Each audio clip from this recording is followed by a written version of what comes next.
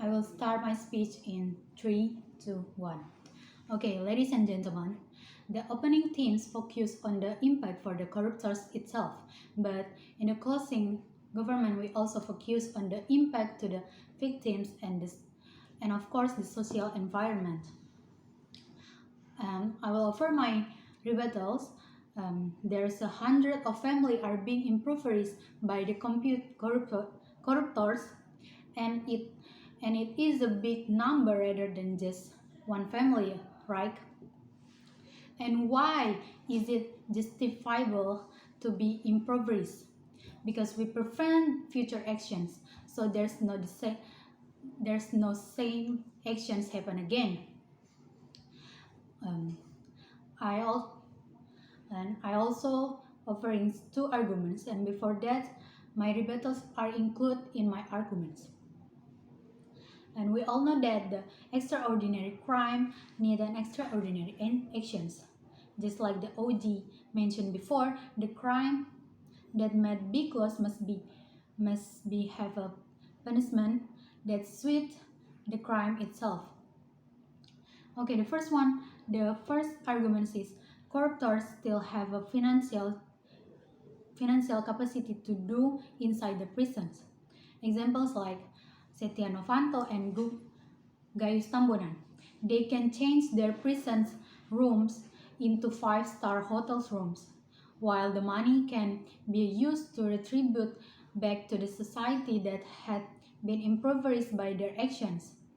And the second is this argument is to the OO who asks about how the corruptors that are in the village. Here we are confirmed that they don't need to be impoverished, but they still have to be in jail or prison and pay back the money because the number they take is not as big as the corruptor in the city. I think that's all. Thank you. Okay, I will extend some argument before that mention that says rehabilitation is a good way. Yes, I agree that rehabilitation is a good step, which tells why the corruptor decided to do their action. But deeply, rehabilitation is not enough. It will prevent, but it's not enough because uh, impoverished is a better way to punish them because. Impoverishment make them feel deterrence while they're in their cell, and they will feel guilty to not do the problem again. So rehabilitation is good, but it was better if we impoverish them because rehabilitation is not enough. And then it will, in the process rehabilitation, many other corruptor will decide to do the same thing because yes, some people that have problem, financial crime, well, can still do financial crime, like example bribing. So impoverishment is a good thing to prevent them from making their own hotel room in a prison.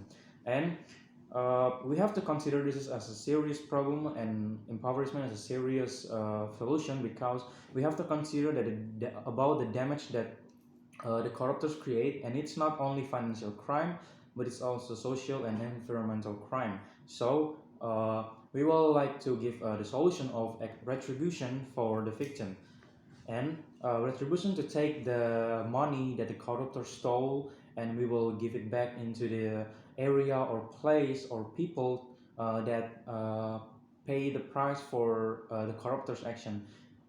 We will take the money of these corruptors and we will give it back to the civilization or place to complete unfinished building, for examples, and give donation.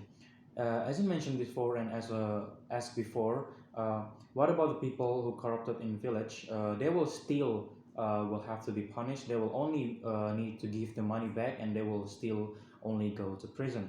And that is all the argument for me, and that is all the argument for me. And we propose that we are the better because we give not just a fact of the impact that the corruptors need, but we also give solution like retribution for the victim as a better way out, and we give the better reason of why impoverism is good for these uh, perpetrator or these corruptors. And that's all from me. Thank you. Aduh.